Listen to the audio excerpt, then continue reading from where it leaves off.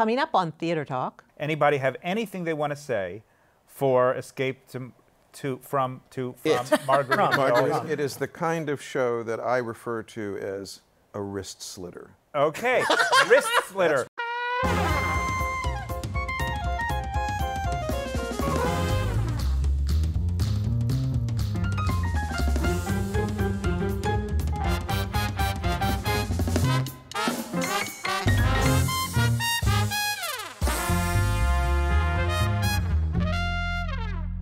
From New York City, this is Theater Talk. I'm Susan Haskins, and I am joined by my co-host, Jesse Green, co-chief theater critic of the New York Times. And we are here to review the best of the spring season with three of Jesse's critic colleagues, Peter Marks of The Washington Post, Terry Teachout of The Wall Street Journal, and Ben Brantley, also the co-chief theater critic. Yeah, this is thrilling for me. So nice to meet you, Jeff. You look familiar. I don't know. This best part. Yeah, I don't think we're covering the best of the spring so much as the best and what to avoid. The peaks and valleys and that eternal plateau that is Broadway. Well, so let's begin. Why don't we begin with what I think you might consider a peak? There was one huge blockbuster of an opening this spring, Harry Potter and the Cursed Child.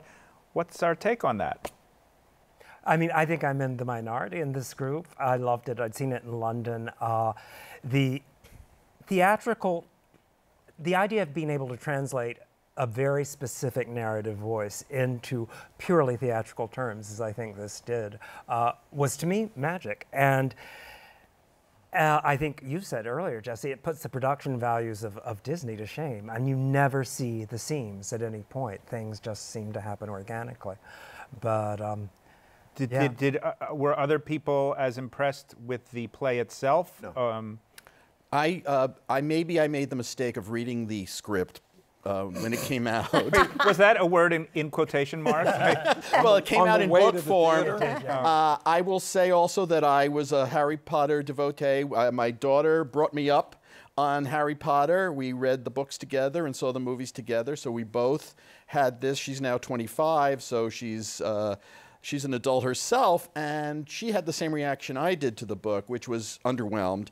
And then so I came in sort of wondering what they were going to be doing with this story, and I felt it was really Harry Potter light. It was fan fiction. One of the great things about the books and the movies were that they were all really wonderful detective stories. And I felt like this was really just kind of a retrospective, a pandering essentially to the fan base. And anyone else, for me anyway, was going to feel kind of cheated. I'm a Harry Potter agnostic. I've read some of the books. I saw a couple of the movies. I don't have strong feelings either way. I wasn't completely at sea. I think anybody who was not very familiar going in would have been totally at sea, and I did some asking about that. I liked the magic. I kept waiting for the songs. The whole thing is structured like a musical, looks and feels like one. Would have been better if it had been musical. It would have been something to listen to. I mean, to me, it actually got the rush of J.K. Rowling's prose. And I think what she shares with another best-selling middle-level popular novelist, Stephen King, is to take the most generic sort of pedestrian, I don't get along with my father kind of situations, and give them this kind of nimbus of, well, stretched out to 6 hours of I was in my heaven father. through all of it. Well, as long as magic is amazing, though, and the stage much tricks must be said about it. But they also do each trick 3 times. But the black magic is the best part. I'm a real devotee of black-on-black stage manipulation. And that was great. And it was used with amazing virtuosity. And the way they fly off the So I had like 12, 15 good minutes, I am going to say,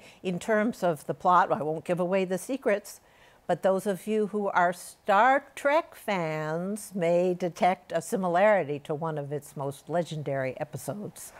Well, leaving that 6-hour dinner break entertainment for another one, also with a certain amount of supernaturalism. Let's talk about Angels in America, Part 1 and Part 2, which I think most of us, if not all of us, saw in one day. In a sitting. Yeah. She's approaching. Which is really the way to see that show. Yes. In fact, it's the only way I've seen it. Well, actually, I didn't see it in one day, and that was fine. Well, you couldn't when it opened on Broadway the first time. Yeah. Right, because they opened months apart. Part two, yeah. Right. He still may not have finished part 2. Yeah. This is the latest iteration of Perestroika. Oh, he'll be working on it in the grave. Anyone have problems with the special effects or the Dementors in Angels in America, or were you pretty satisfied with this production? You know, it was slick for me, the production. And part of this response comes from the fact that I have now seen in 2 different cities 2 different small-scale productions of Angels in America. I think the show works better on a small scale. It gains in the spatial concentration has the effect of tightening it up. And that aspect of it didn't thrill me. What I found utterly fascinating was Nathan Lane not looking or acting or sounding like Roy Cohn. And I loved that because it's time. The play is now a history play. There probably aren't that many people in the audience anymore who really remember, as all of us do, what Cohn looked like and sounded like. It's time to pull the plug on that and to come from a different direction. And I don't know if it was the ideal way to do it, but it was done with great brilliance and great originality. And a fully imagined performance, I think. Completely, that's true, top to bottom. And I think, interestingly, I was really skeptical about Marianne Elliott directing Angels in America. You know, she's obviously well known for Curious Incident of the Dog in the Nighttime and for War Horse. But I think, you know, staged as opera, this piece is glorious. I think these are huge these are big characters. I forgot how big they are. I was really, really happy during this. I thought it went like that. No, I felt that way too. And I'd also, I mean, addressing your point, Terry, when I saw it in London, it did feel lost in space because it was the stage of the, it was the Olivier, wasn't it? I think so, Yeah. yeah. And it was just vast, and they hadn't quite worked out.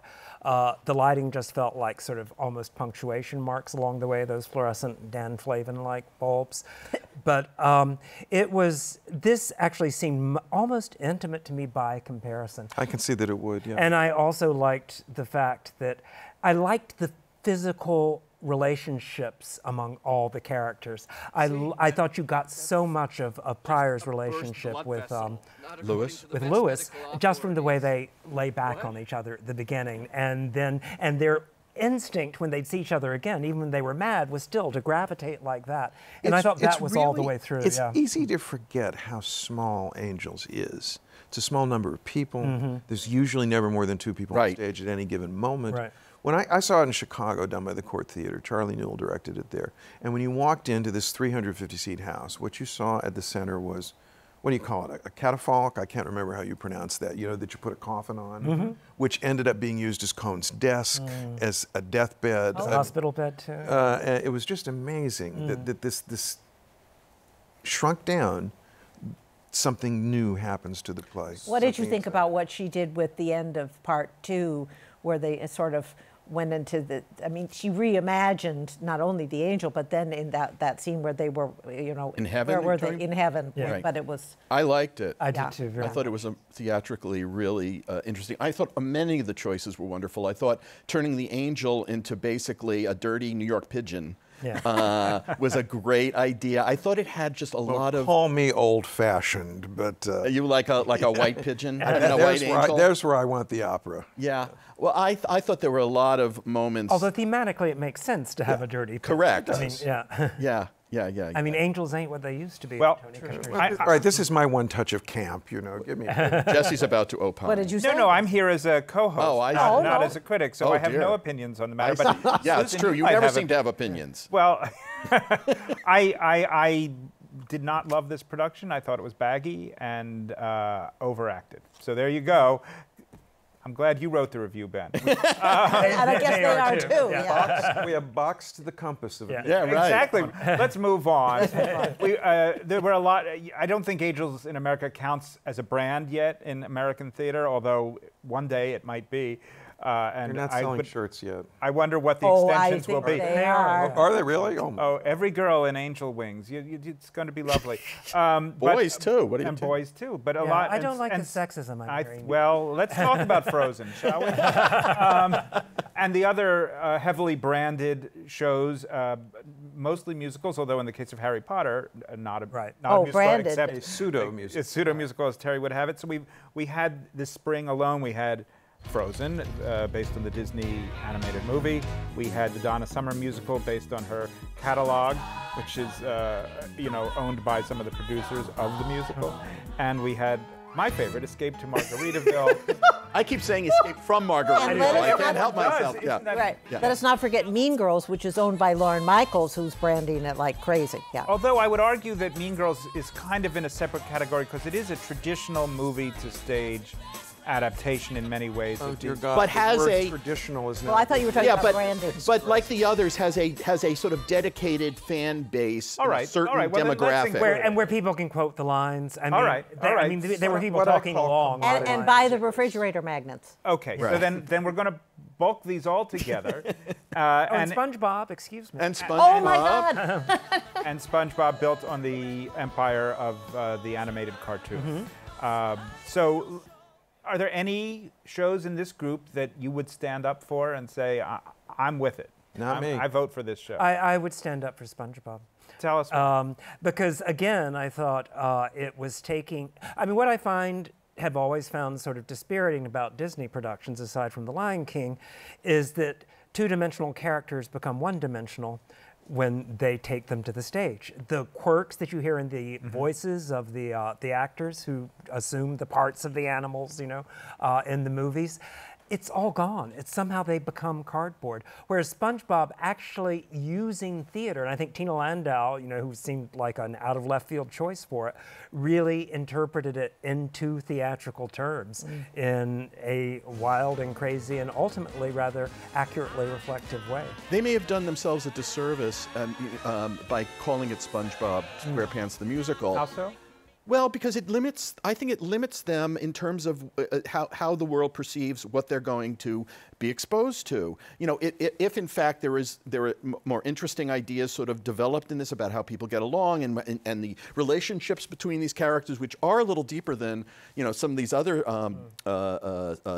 brand name musicals, I think maybe that if they have a struggle finding an adult audience for this show that isn't people who grew up on the show, it's because the name is really off-putting. Well, but Three in- Tall Sponges. It could have been anything. And I mean, there was a great tradition. Who's going to give you permission to do that? Well, that's why these shows exist. yeah, but I mean, once upon a time, the tradition was you didn't call Pygmalion the musical, you called it My Fair Lady. You found an identity for it separate from its roots. But although I actually hate Rodgers and Hammerstein's Carousel in quotation marks. I agree. blame Edward Edward Albee. Albee's Three Tall Women. I agree. That doesn't really. But these done anything classics for me. that we're mentioning were created by individual artists who had a passion for the original material. That's a very different setup, as Terry, I believe, is. They also subjected the original material, without exception, to an imaginative transformation. Right. And therefore, they almost always renamed it. I mean, when you look at what Oscar Hammerstein did to all of the properties that he worked with, I mean, something new has happened. The magic wand has been applied.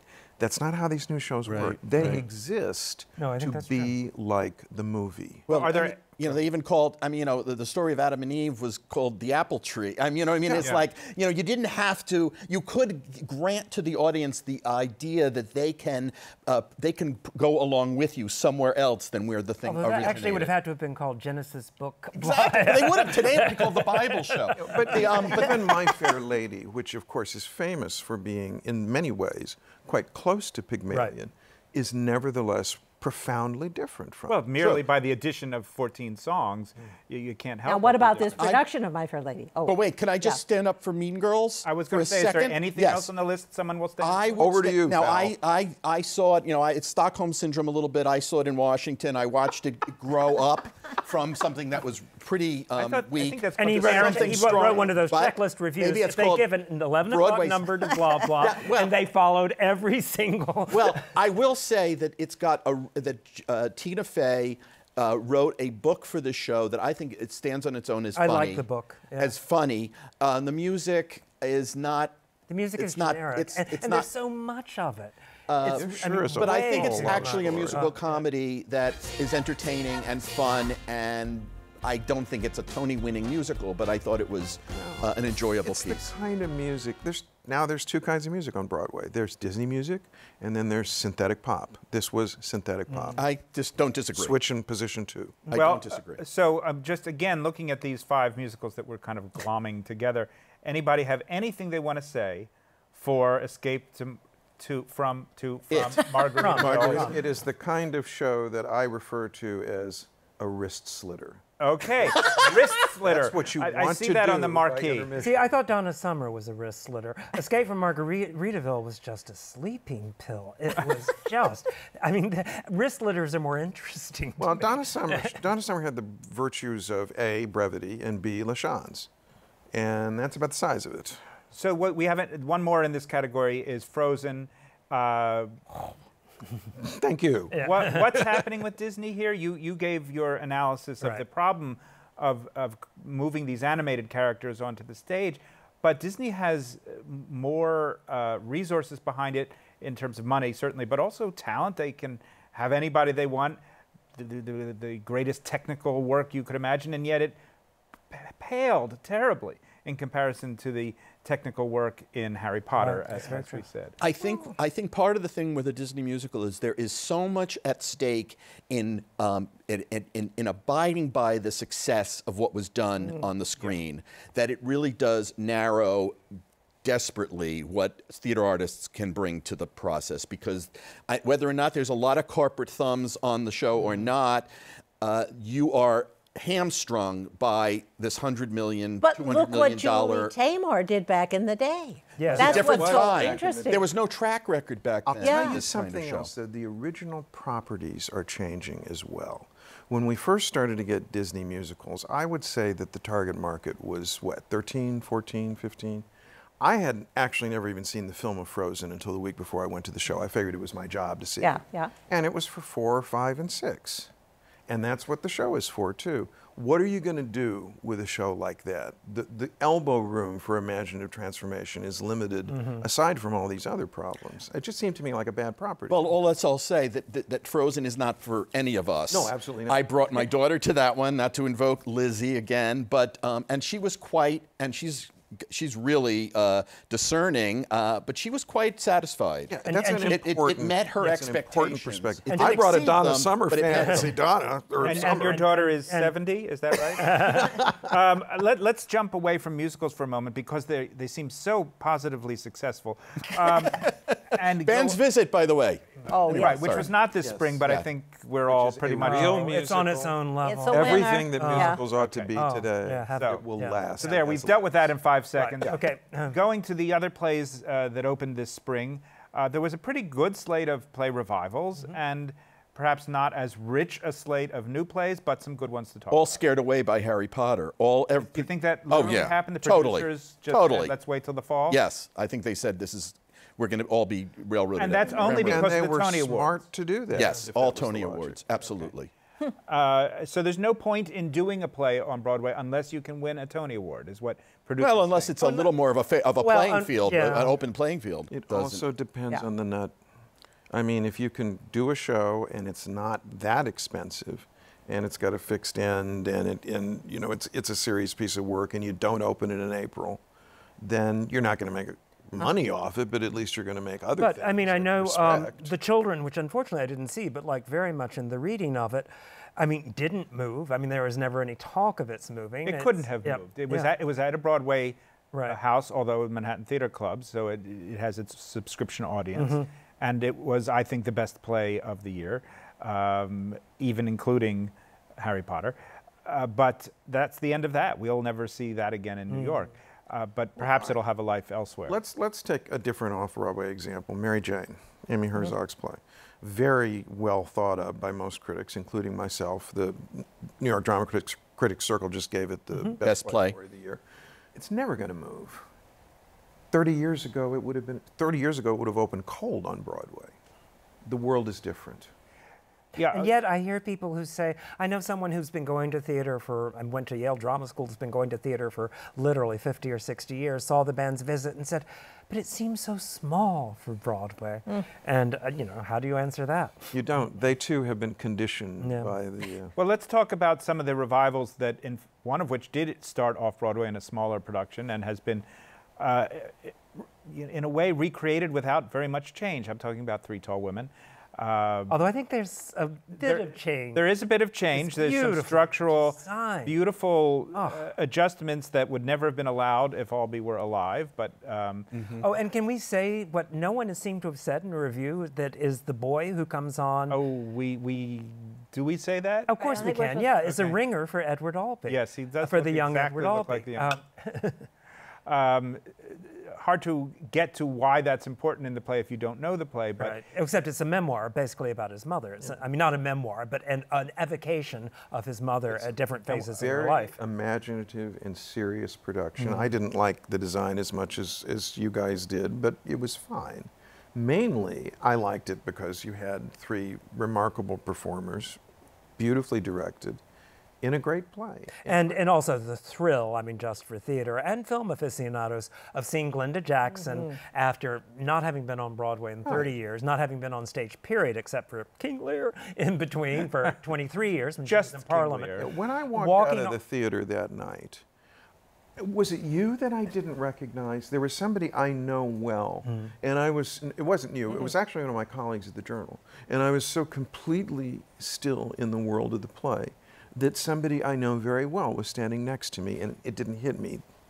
That's how involving that show was. Let's put that on the marquee. Good for your amnesia. Another formerly off-Broadway play that had its Broadway premiere and counts as a revival is Lobby Hero by Kenneth Lonergan. Yeah. I think we all thought it was. Well, I don't know what you thought, Terry, but Loved it. Yeah, it's a wonderful version. I think it's better than the original. Oh, no question. Well, I think that's partly because of Mike. I love this cast, but Michael Cera is... This cast would have been, as you've said, a good reason to have a category that some actors, that Actors Equity is asking for, and let's for Best Ensemble. Let's also say that the emergence of second stage theater onto Broadway, they've taken over the now called the Hayes Theater as opposed to the Helen Hayes. I don't get that at all. It depends on which website you Yeah, right.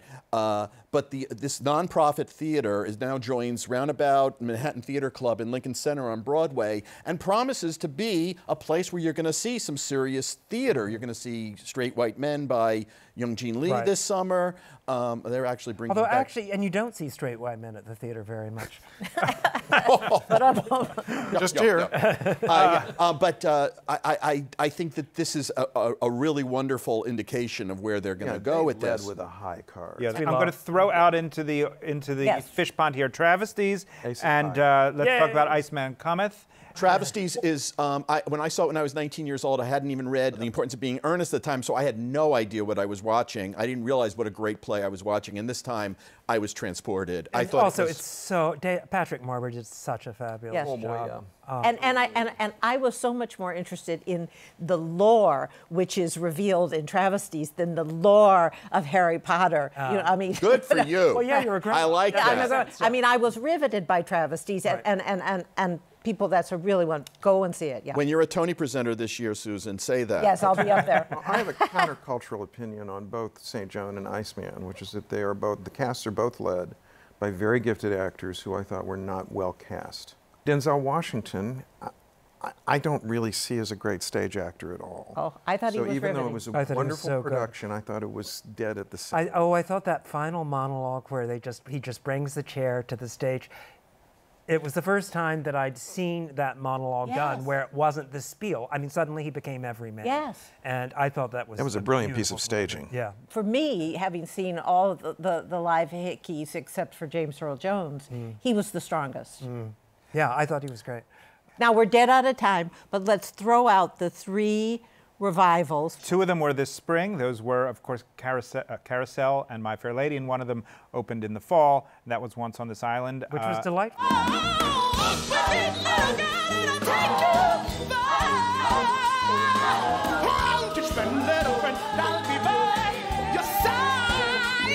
I liked much about all of them. How about you guys? I didn't much care for the Carousel revival. My Fair Lady, I thought that she was wonderful, he not so, and that's not the show. I mean, this was an attempt to create a My Fair Lady. I think you're getting your neck cut off by Peter. No, I was going to say everybody's all over the map on these shows. Yeah, nobody in New York agrees on anything. It proves how interesting they are. I thought Mueller was wonderful in Carousel. Jesse Mueller as Julie Jordan. Oh gosh, yes, I'm on board with that. Mendez and Alex Gemignani were fantastic. Yeah, that was the best Mr. and Mrs. Snow. Yeah, no, my problem was the staging. Yeah. I thought the second act, I don't think he knew what to do with it, Jack O'Brien. But the first act was magic. I liked My Fair Lady a lot. Point of view. And I had more I admired My Fair Lady, but I felt detached from it throughout. And I liked him. I liked his Harry Haddon Payton. We learned how to say his name, and viewers should know this now. You think ham and bacon. That's what he told us. Haddon bacon. And on that deeply critical note, I think we have to we must say goodbye to the three tall critics. Ben Brantley of the New York Times. A.K.A. Glenda Jackson. That's right. Harry Teachout of the Wall Street Journal and Peter Marks of the Washington Post. Thank you so much. Trip on my line. What does this make me? Laurie Metcalf, not a bad thing. Not too shabby. No. And I'll be the secret I'm the young Edward Albee. one. Thank you so much. Jesse Green, thank you so very much. Thank you, Susan. Onward into the new season. Absolutely. Why can't the English teach their children how to speak? This verbal class distinction by now should be antique. If you spoke as she does, sir, instead of the way you do, why, you might be selling flowers too. I beg your pardon. Our thanks to the Friends of Theatre Talk for their significant contribution to this production. Theatre Talk is made possible in part by the Frederick Lowe Foundation, the Corey and Bob Dinelli Charitable Fund, the Noel Coward Foundation, Carrie J. Fries, the Dorothy Strelson Foundation, and the New York City Department of Cultural Affairs. We welcome your questions or comments for Theatre Talk. Thank you.